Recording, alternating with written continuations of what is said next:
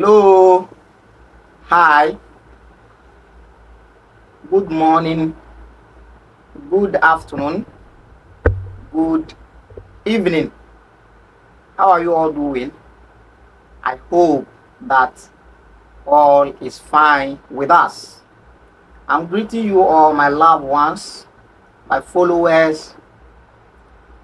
Thank you very much for making this page one of the most active page of social media. Thank you very much. Your comments, the sharing, you've been sharing the video, very, very courageous. I love you. Keep doing the great job. Thank you very much. It's the era of information. It is the era of knowing. It is the era of learning. This is what we are doing. We are giving information. We are giving knowledge. And the reason for this knowledge is that things we've done, things we've known, some of us were born in it. For a long time, we've been doing this things. So, we wanted to check the other side of it. We are flipping the other side of the coin that has been in our hands for a long time. That's what we are doing. Thank you for following. As we always tell you, when the realities of life are uncovered, change is a must. The most difficult thing in life is change. Change is never an easy thing, especially with a black man. Black man has problem with change. So, at least, if not for anything, check the other side of your faith. Check the other side of your religion. That is what we are doing. And again, to establish a point to you that the supreme being, the creator, the mother of the universe, the source of life has no religion. He has not given anybody any religion. So you don't need to kill someone, to fight someone, to curse someone, to frown against someone just because they are not with you in your religion. It's never a good thing. In fact, it's out of humanity. Thank you very much for sharing our videos.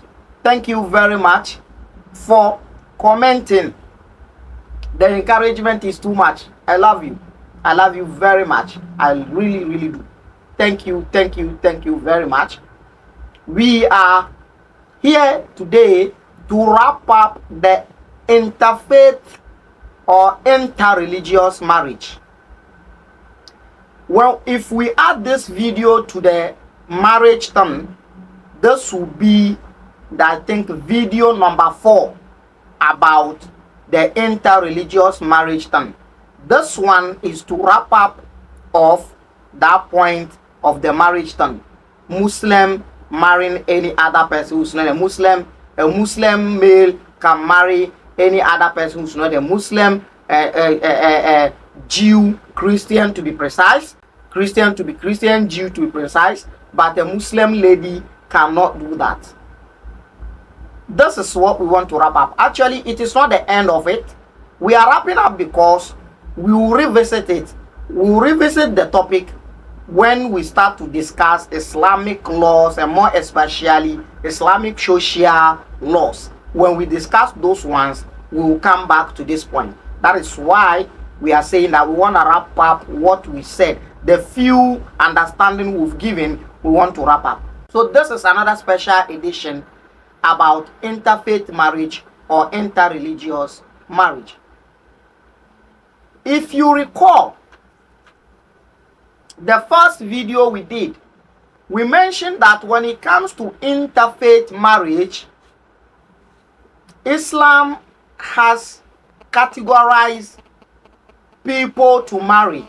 For a Muslim guy, people to marry for a Muslim guy Islam has categorized them into 3. A Muslim lady, which is a must, they are in the same faith. A Muslim lady, which is a must, because they are in the same faith. They are in the same faith with the girl or the woman. So they are not different, they are together. That is 1. And then permission has been given to a Muslim guy to marry a Jew and a Christian, which is known as Ahlul Kitab. And we mentioned the verse in Quran chapter number 5, the table spread, and we talked about the verse. That was the first video, and we raised some questions. And the law was brought by a particular chapter in the Quran, and we discussed the chapter briefly after that. And the recently video that we did about the interfaith marriage, we tackled the verse, we discussed the verse, and we told you the reason why the verse is not adding up. Today, we want to take you back to the Quran again for you to see the reason why this law of a Muslim lady cannot marry any other person unless the person tuba. If the person is a Jew, if the guy is a Jew, he has to leave Judaism and join Islam. If the person is a Christian, he has to leave Christianity and join Islam. If the person is a traditionalist, he has to leave traditional way of doing things and join Islam before he can marry a Muslim lady. To my shocking, to my surprising, I watched a video on Revelations when a sheikh touched about this issue, and this is what he got to say. He says, the women in Islam, Islamic ladies are treasure. Islamic ladies are special. Islamic ladies are unique. Because of that, they don't give their ladies to any other faith or any other men of any religion except their own men. So if someone wants to get Islamic treasure, which is Islamic ladies, Islamic unique ladies, Islamic important ladies, then the person must join the bars or the train of Islam. Interesting. When I heard this, I thought of 2 things. 1, okay, the ladies are treasure. The ladies are unique in Islam. Okay, then men in Islam are not that unique. That is why they marry those that are not Muslims. That is why they were allowed to marry the people of the book, Jews and Christians, because Muslim men are not that unique. Muslim men are not that special. Is that the case? Because the analogy or the logic behind what he's saying was that Islamic ladies are more important than the guys who are not Muslims. Which also automatically means that the girls who are not Muslims, the women who are not Muslims are also not important. They are not that unique. They are not that important. That is why they can be given to Muslim guys. This is the superiority. Obedience, obedience. Someone is more important than someone. And you tell me the creator, the source of life, who created all mankind, is the one who set this law for you. That is the first thing that came to my mind when I listened to him. And the second thing that came in my mind was that if Islamic ladies are treasure, unique, special, that is why they are not given to any other person who is not a Muslim, then whose ladies are not unique, whose ladies are useless, whose ladies that are not important, why no mun omumba de omun ninjira so, why no mun omumba nye special, hwan no mu na omumba enso bo hwan na omumba enni eyi enni enyumunyam. Who will agree to this? Why never pena some way so? Man unique, special. Why not need unique and special? So if everybody start to apply this uniqueness of our ladies, you see, it's funny. It's funny. You see, Islamic history has this record that there was a time when someone belongs to a Maliki school of thought, he cannot marry a lady from a Hanafi school of thought. Both of them, all these school of thought are Islamic school of thought. Islamic history has this record that when someone belongs to Hanbali school of thought, he cannot marry a lady from a Shafi'i school of thought. Both of them are school of thought of Islam. In Ashaima, there was an incident where a girl's parent has stopped to give their girl to a particular guy because the guy is Shia, one of the Islamic fraternities. The guy, a Muslim Shia, he enters mosque, he prays 5 times a day, he prays 5 times a day, he recites Fatiha, he's a Muslim. But because he belongs to Shia, they will not give. So right now, it is like this. Sunni ladies are more special than Shia ladies, or what? This is religious confusion.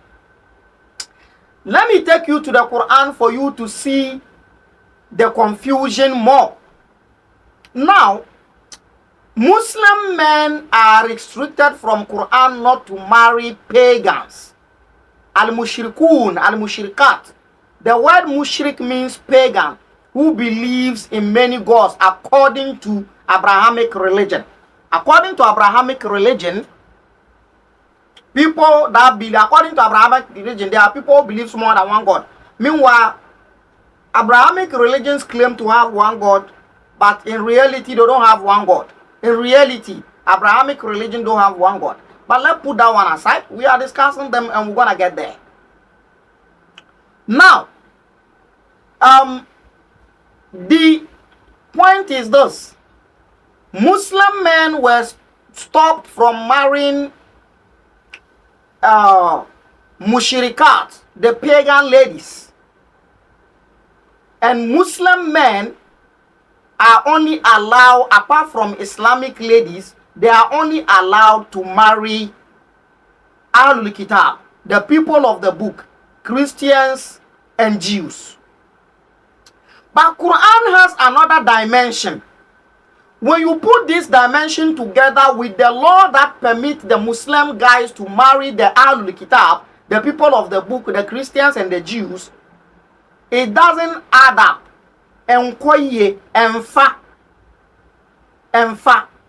Let us delve into this Quranic verses and let's see what is there. And we wrap up with the interfaith religion. First of all, I have a verse I want to read for you from Quran chapter number 5. That is the table spread. The table spread. Surah Al-Ma'idah. Table spread. Quran chapter number 5. You know, the other verse we started the first video of this marriage thing with is the same Quran chapter number 5, which is the table spread, Surah Al-Ma'idah. Now, Quran chapter number 5, verse 51 has this to say. Listen to the verse. The verse says, Ya ayyuhalladhina amanu, O you who believe, La tattakhizul yahuda wan nasara awliya. Don't take al-Yahud, the Jews, wan nasara, the Christians, awliya, friends and protectors. In other words, you the believers, you the Muslims, don't take Christians and Jews as friends and protect us. Now listen, the verse is stating categorically that there should not be friendship between Christians and Muslims. There should not be friendship between Muslims and Jews. وَمَنْ يَتَوَلَّهُمْ مِنْكُمْ. Anybody among the Muslims that will friend the Christians, فَإِنَّهُمْ مِنْهُمْ. He will become one of them. Just friendship and you will be a Jew. Just a friendship with a Jew and you are a Jew. Imagine how many Jew Muslims we have outside there today. Imagine how many Christian Muslims we have outside today, because the verse is categorically stating that وَمَنْ يَتَوَلَّهُمْ مِنْكُمْ فَإِنَّهُمْ مِنْهُمْ. Any Muslim that becomes a friend to a Jew, any Muslim that becomes a friend to a Christian, فَإِنَّهُمْ مِنْهُمْ, is one of them. You are a Jew automatically, you are a Christian automatically. Interesting. Do you know how many of you Muslims are Christians today just because of your friendship with Christians, because of this verse? Relax, there is another dimension of it, but don't worry. Let us take this dimension first. وَمَنْ يَتَوَلَّهُمْ مِنْكُمْ فَإِنَّهُمْ مِنْهُمْ. Whoever friend them, whoever becomes friends with the Jews and Christians, he automatically or she automatically becomes a Jew or a Christian. That is the verse. Quran chapter number 5, the chapter of table spread, verse 51. Go check it and you will see it. And then the verse continued to say, Inna Allah la yahdil qawma dhalimin. Allah does not guide those that are oppressors. Allah does not guide those that are transgressors. So Jews are transgressors. Christians are transgressors. Jews are oppressors. Christians are oppressors. Immediately Muslim becomes a friend to one of these people, he also becomes oppressor. Now, if you marry a Christian, what are you as a Muslim guy? If you marry a Jew as a Muslim guy, what are you? You become automatically a Jew, and you also become automatically an oppressor and transgressor, according to this verse. Is this verse crashing with the verse in the same chapter that says that Muslim men should marry Christians and Jews? Is there a crash? Is it not crashing? Tell me. And crash it. And the verse ends up by saying that Inna Allah la yahdil qawma dhalimin. For Allah does not guide the oppressors. So the oppressors are Jews. The oppressors are Christians. Don't be friends with them. Immediately you become friends with them as a Muslim, automatically you are one of them. And if you are one of them, they are oppressors, so you become a Muslim Jew oppressor, a Muslim Christian oppressor. This is what this verse is saying. And yet, the same chapter says a Muslim guy can marry Christians. Who is making distance up? It's just a question. This is point number one. Let's move to the second verse. This is the second verse. We are talking about interfaith marriage, interreligious marriage. Brethren, it's not a fight. We are putting one or two things, connecting the dot together and make up a point. You see how the other verse we just read crashed with the first verse in the first video we did, that allow a Muslim guy to marry a Christian or a Jew lady. Right now, don't be even friends with them. I know whoever want to react to this or when you take this question to your sheikh, your ustaz, the two things will happen. One, your ustaz will tell you that forget about that boy, forget about that Rasta young man, he's crazy, his mind is not okay, don't mind him, he's making stuffs up. Like seriously, that is the worst your sheikh can tell you. But the sheikh that is polite enough to listen to you, when you give him this analysis, this is what your sheikh is going to tell you. He brought the issue of an-nasikh wal-mansukh. وَمَا أَدْرَاكَ مَا النَّاسِخْ وَالْمَنْسُوخ. An-nasikh wal-mansukh. An-nasikh means the abrogator. Wal-mansukh, the abrogated. So we have a verse that abrogates other verse. Now, if God, the supreme being, the creator, has been changing verses, abrogating verses, does it mean that he has been changing his mind as well? Because when you take this to your sheikhs, that is what they're going to tell you. They're going to tell you about an-nasikh wal-mansukh. Listen to the second verse and still see this law of a Muslim guy can marry Ahlul Kitab, a Christian lady and a Jew lady, but a Muslim lady cannot marry a Jew guy and a Christian guy. Just look at these laws. Are they really adding up? Now, second verse. The verse is saying that لَتَجِدَنَّ أَشَدَّ النَّاسِ عَدَاوَةً لِلَّذِينَ آمَنُوا الْيَهُودِ. Quran chapter number 5 verse 82. Still, the table spread. The table spread. So, this marriage thing and this alliance between Christians and Muslims, and this marriage thing has three different occasions, has appeared in three different occasions in the Quran.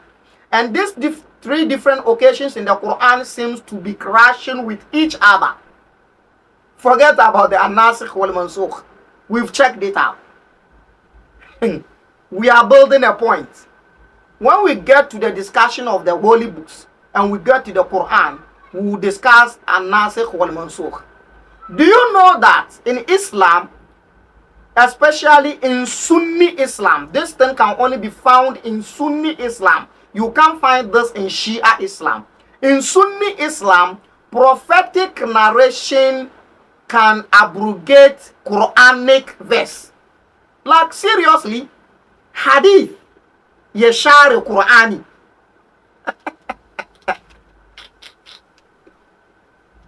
You got to be kidding me, bro. Hadith nashari Qurani. Yes.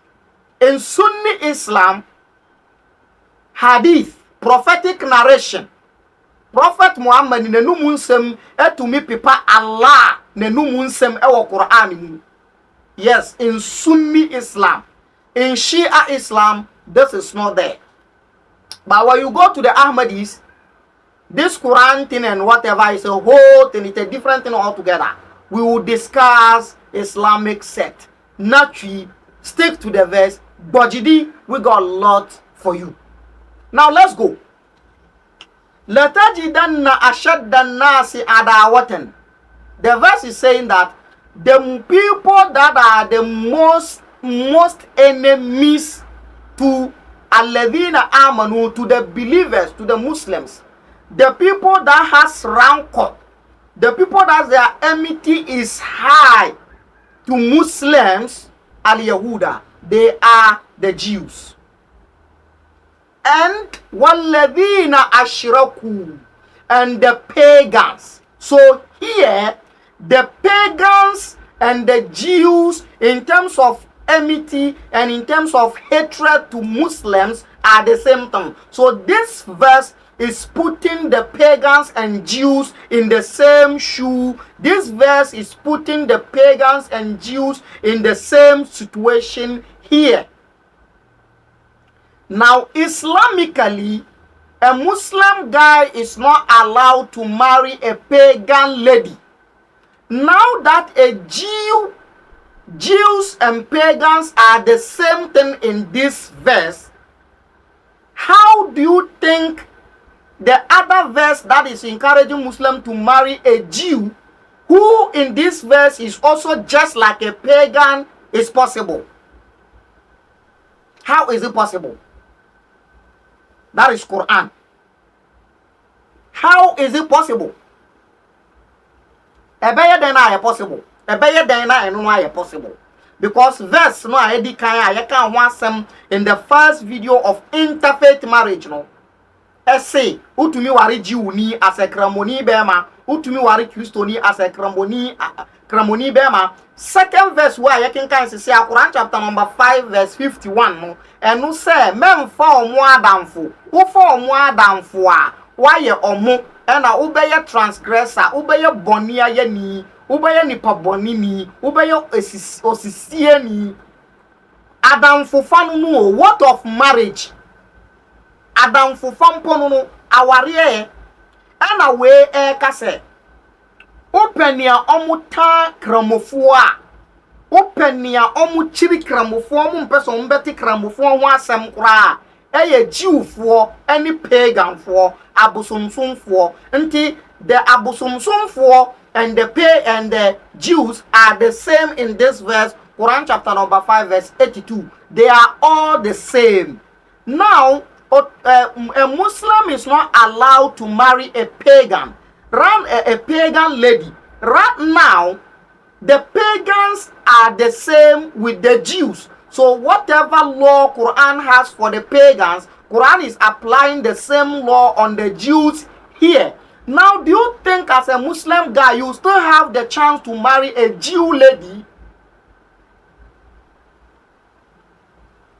Who is making this stuff up? And why is those things are not adding up? Why are they crashing each other? Is this not important question? This is verse number 2.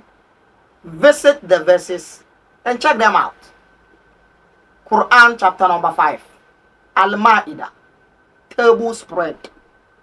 Verse 82. The previous one was table spread. Quran chapter number 5. Al-Ma'idah. Verse 51. Let's go to the third verse. Is it interesting? If it is interesting, I know how you do it. The encouragement. Even the criticism is welcome. We are okay with it. We are okay with the criticism. Say whatever you want to say. Reply. Do whatever you want to do. Those of you who are good in insult, go on, do it. We are all doing what we are meant to do.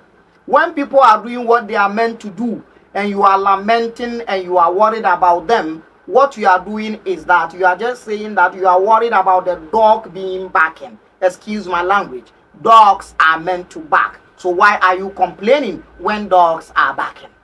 Excuse my language. Let's go to the third verse and see what is there. Now, in the third verse, we're going to talk about the curse that has been unleashed on Christians and Jews in the Quran. Curse. Numie. Quran anume ana adome Christopher any Jew for. Quran adome omo. Obi a ya adome no no. Obi a ubu ka adome no no. O ware ne sen. It's a curse. It's not an insult. You should know the difference between the two. The repercussions of a curse is not the repercussions of insult. The damage of a curse is not the damage of an insult. The result, the reaction that comes from an insult is not the reaction that comes from a curse. A curse, no mere sinwa. Wanda ka sine musu. Musulumi na miji ya da ka aure su na nu. Ko dai Qur'an ya sine ma mazan Yahudawa da mazan Christians ne bai sine ma matan ba. obi a wo Quran akese omo no o ware omo sen ana kes na Quran only she e wo Jewfo any Christopher so no kes no ekoma mba no ekoma mmema no nko mma na nka ho ana. If yes, that is the case, what is the difference between a Jew lady and a Jew man? What is the difference between a Christian lady and a Christian guy? Like seriously, now listen. The third verse is in Quran chapter 9, Surah Tawbah. Surah Tawbah, the chapter of the repentance. This is what the verse is saying. وَقَالَتِ الْيَهُودُ عُزَيْرٌ ibn Allah. The verse, Quran chapter 9 verse 30. Quran says, Al-Yahud, the Jews, one of the Ahlul Kitab, قالوا, they said, Uzayrun ibn Allah. Uzayr, who is Ezra or Ezras in the Bible, is a biological son of God. This is what Quran is saying that the Jews have said. And according to the Quran, this is a profound blasphemy. This is a grievous blasphemy to say God, Allah, has a biological son. So here, Quran chapter 9 verse 30 says that وَقَالَتِ الْيَهُودُ عُزَيْرٌ ibn Allah. The Jews said Uzair is a biological son of God. Uzair is Ezra or Ezras in the Bible. Jews said he is the son of Allah, biological son for that matter. Because if not that they think according to the Quran, if not biological son, it wouldn't be a problem. Just like the case of Jesus. وَقَالَتِ النَّصَارَى الْمَسِيحُ ibn Allah. And the Christians also said Al-Masihu, the Messiah, Ibn Allah, is also the son or the biological son of Allah. So it is an offense. It is a profound statement. It is a profound pronouncement. It is a tantamount to a crime. It's a tantamount to a crime. So they said this, and then Quran continues to say, ذَلِكَ قَوْلُهُمْ بِأَفْوَاهِهِمْ.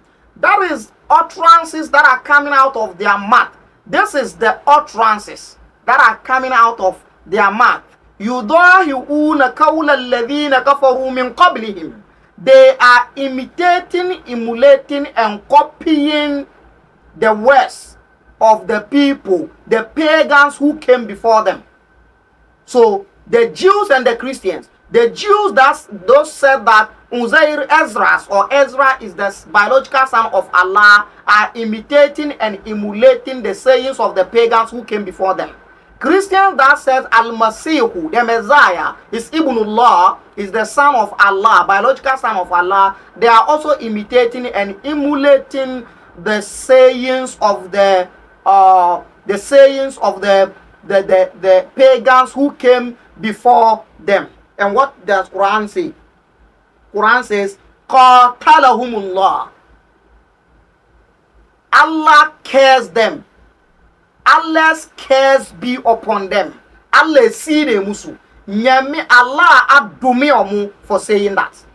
Allah adumi omu for saying that. Qatalahumullah. Allah adumi omu for saying that. Anna yufakun. Now, a Muslim guy, a Muslim man, a Muslim sheikh, a Muslim ustaz is allowed to marry a Christian lady or a Jew lady. And these ladies are cursed. If you marry them and you have sexual intercourse with them, sexual intercourse is a spiritual activity. And these ladies are cursed.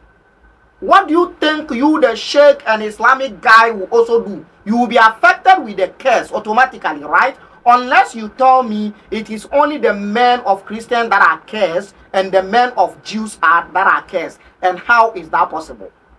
Before you have the ladies, some man impregnated some woman before the ladies came. So I don't know how you explain this. This is what we call you go explain tire. Let's move to the other verse. Verse number 4. And let's see, my producer has signaled me. Verse number 4, what is the verse saying? وَلَا تَنْكِهُ الْمُشْرِكَاتِ حَتَّى يُؤْمِنْ. The verse says, don't marry the pagans until they become believers. Don't marry the pagans until they become Muslims. وَلَا أَمَةٌ مُؤْمِنَةٌ خَيْرٌ مِّن مُشْرِكَةٍ وَلَوْ أَعْجَبَتْكُمْ. A slave believer, a slave girl Muslim is far, far, far better than a queen or a queen, a lady queen from the pagans. Yes.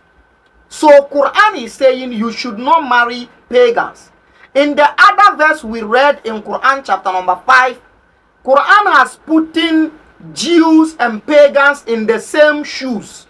Quran has put in Jews and pagans in the same condition. Now you are asked not to marry a pagan, and the Jews and the pagans are seen to be the same in that various verse we read. How can you marry a Jew as a Muslim guy? Is it not an interesting question? 2 minutes to wrap up. Brethren, the last verse we want to talk about is in Quran chapter 24, verse 3. Or, I think, verse 3. Surah An-Nur, the chapter of light. This is what the verse is saying. Azani la yankihu illa zaniya aw mushrika. A fornicator does not marry except a lady fornicator or a pagan. Wazaniyatu la yankihuha illa zanin aw mushrik. And a lady fornicator does not fit to be someone's husband except who is also a fornicator or a pagan. Now, pagans are nowhere closer to Muslims. Pagans are filth according to the Quran. Pagans are dirty according to the Quran. And Quran has put in Jews and pagans together. My question to you as a Muslim guy who is happy that Quran says you should marry a Jew lady and a Christian lady. A Jew lady and a pagan according to Quran is the same. How can you put this together? Is it adding up to you? The Jew lady and the Christian lady, or all the Jews and Christians, were cursed in Quran chapter 9, Tawbah, verse 30. How can you marry a cursed person? How can you explain this? You see how the laws are crashing each other. If I tell you take off those laws upon you, you think I'm joking. With these things I've just read for you, when you got yourself entangled with them, I bet you, my dear sister, you're going to be the most confused human on earth. Take it from me or leave it. Interestingly, listen to this. Prophet Muhammad, upon all these verses, Jews are cursed, Jews are mushriks, they are the same with pagans.